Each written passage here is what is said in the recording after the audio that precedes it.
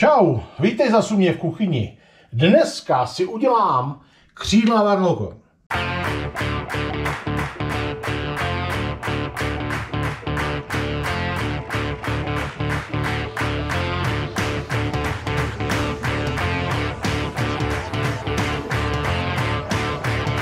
Na ty křídla, jasně, že kuřecí křídla, oštípaný ty špičky z toho a bude to v trojobalu, takže úplně jasně tam bude strouhanice, bude tam vejce, bude tam mouka hladká, to vejce trošku osolený, do toho vejce kapánek mlíka. Bude k tomu dip z zakysaný smetany, tabaska, kapánek cukru maličko a petrželka, citronová šťáva. Žádná sůl. Ten dip bude jenom sladkou pálivě, jo, bez soli. A na ty křídla, na to obalení, 2 lžičky soli, čajový, 2 lžičky sypaného česneku, 2 lžičky koriandru, 2 lžičky pálivé papriky, tady je 1 lžička pepře, 1 lžička nového koření a 1 až 1,5 mletý bobkový list. Začnu nějakou běžnou přípravou, musím teda našlahat vejce, rovnou si do něj kápnu trošku mlíka, potřeba, aby to vajco bylo trošku řidší, aby mi to dobře chytalo a teď to teda našlehám.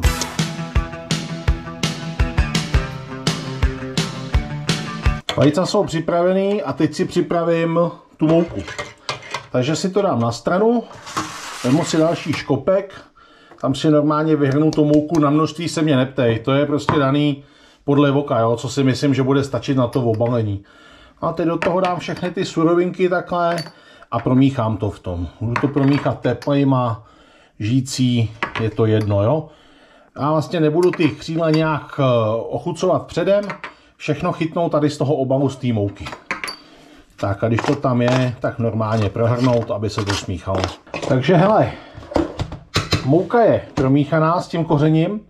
Důvod, proč to dávám do mouky. Chci, aby to mohly jíst i děti, proto to není nějak hodně nastřelený pálivou paprikou a to, co je v té mouce, to množství, tak tomu bude dávat výbornou chuť a nebude to extrémně pálivý. Pokud byste to nechtěli dávat svišťům, tak ty křídla vražte klidně do chili. To je úplně jedno, jo? To bude pro sviště, tak to musí být příjemný na chuť. No, přesunul jsem se na druhý stůl. Teď teda zákysku do té misky a zbylý ty suroviny a zamíchat.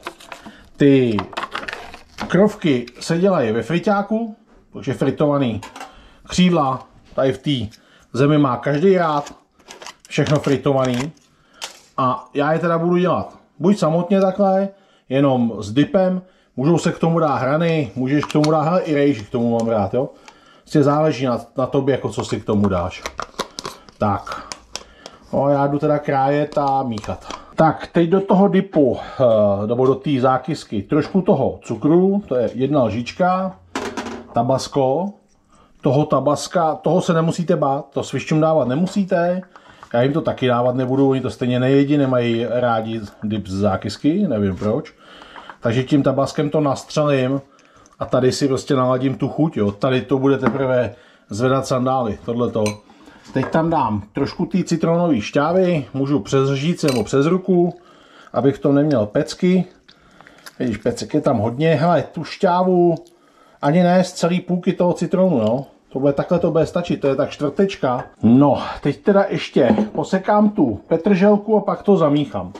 Celý tohleto jídlo, ty křídla, ten dip, má to vlastně za úkol jenom vyzdvihnout tu přirozenost té chuti. Jak ty zakysané smetany, petrželky, těch křídel, jo, to koření tam hraje jenom takovou doplňkovou roli.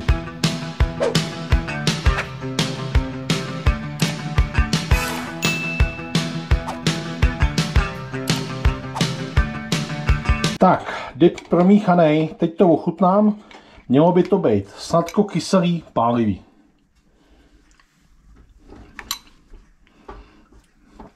Hele, za mě super, já myslím, že to je trefa do černýho. Ty vole, ten jede. Takže teď to jdu dát do ledničky a jdu se podívat na to kuře, jestli už budeme připravovat friťák. Křídla jsou obalený, připravený friťák, pojedu to ve friťáku, v žádném rendliku na plotně, důvod je jednoduchý. Potřebuju termostat a teplotu 150 stupňů, jo. tady na ty obalené křídla, nebo i když byste dělali stehno, cokoliv, tak 150 stupňů optimální teplota. Když to bude mít víc, bude to vevnitř syrový, když to bude míň, bude to takový jakože vysušený. Tak jo, teplota v hrnci daná, je to rozpumprlikovaný. Já tam teď nějak složím ty křídla ideálně takhle do rohu.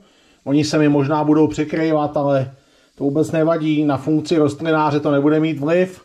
Během toho fritování si je otočím. Po nějakých, já nevím, řeknu 4 minutách na to kouknu a ty křídla otočím, jo. Nepotřeba, aby byly hodně tmavý, ale musím je trošku otočit, jo. Nemusí být taky světlý. Dal jsem si na to pinzetu, lepší jsou možná nějaký kleště. A se musím podívat, kde leží. Mám tady určitě kleště na otáčení. Těma to půjde líp. Tak, no a to zaklapnu. Hlavně u té kosti, aby se to udělalo. Takže to zabouknu a smažíme dál. Kouknu zase do fritu, já myslím, že už to bude hotový. Ukáž. Našel jsem si jinčí kleště a koukej, už začínají být hezky zlatý. Takže ten půjde ven, tenhle ten a tohleto křídlo. A mám tady takhle misku, mám tam utěrku a samozřejmě ocát tuk, jo. Nechceš jako, aby to bylo plný nacucaný oleje, že jo. Nafritováno, jedou mi tady poslední 3 kousky, moc mi toho nezbylo. Je to tady jak u divý zvěře, mizí mi to pod rukama. Takže já si tady vylosuju poslední 3 krovky Warlocorn a půjdu si to naložit na talíř. Podívej se na to, to je barvička. A jak chrastěj, to je nádhera.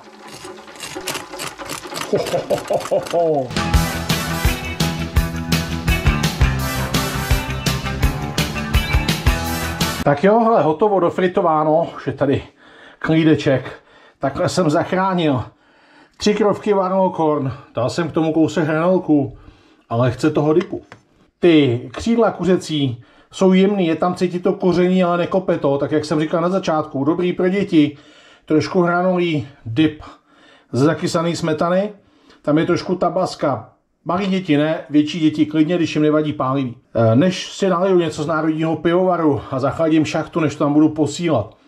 Pokud jste u mě nový, video vás baví, myslím tady u mě na kanálu, tak si tady dohledejte odběr a vedle zvoneček, abyste dostali upozornění a nikdy jste už nepropásli žádný další video, který udělám. Pokud má někdo cestu kolem, když si klepneš na okýnko, ještě tady něco leží, ještě tamhle leží v misce 3 křídla, tak ještě jsou na rozdání. A já si teda naliju, zavlažím a jdeme do toho. Tak. Takže vážení přátelé, na vaše zdraví, na národní pivovar, na ty skvělý křídla Warlocorn s tím úžasným dipem a s hranama. Přeju vám všechno nejlepší do nového roku, hlavně zdraví. To pivo, to je jako křen.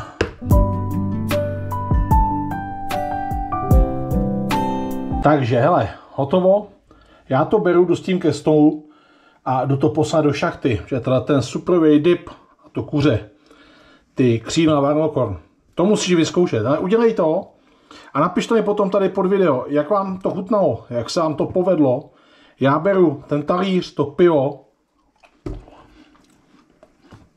a jdu to házet do šachty. Tak zatím čau.